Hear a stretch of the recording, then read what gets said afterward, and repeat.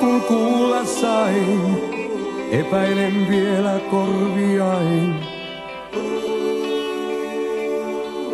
Pois on Alice.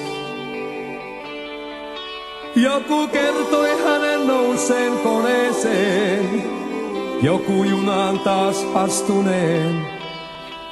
Mulle sama on kuitenkin, pois on Alice. 15 kesää mä häntä himosin, ja sitten nähtiin kääntymässä musta limousin, joka hänet vei pois, eikä ajajaa nähnyt kukaan.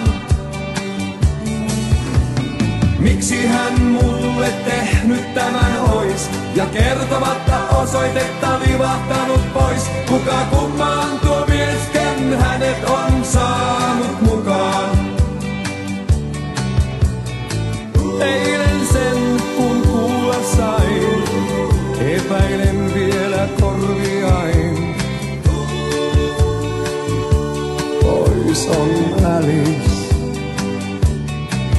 Joku kertoi hänen nouseen koneeseen, joku junaan taas astuneen. Mulle sama on kuitenkin, pois on Alice. 15 kesää, ei yhtään vähemmän. Mä mietin kuinka saisin hänen suhteen lähemmän. Hänet päivittäin kun minä aina näin silloin ennen. Lähiön viehkein tyttö oli hän, ja joka hetki tahdoin häntä yhä enemmän. Minut lumosi tuo neitonen ihanin tullen mennen.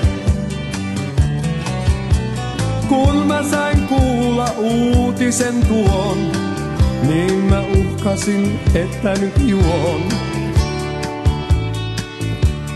Pään heti täyteen. Vain hetken lohtu se ois, kun unohtaa en koskaan kai häntä mä vois. Miksi luotani lähti hän pois?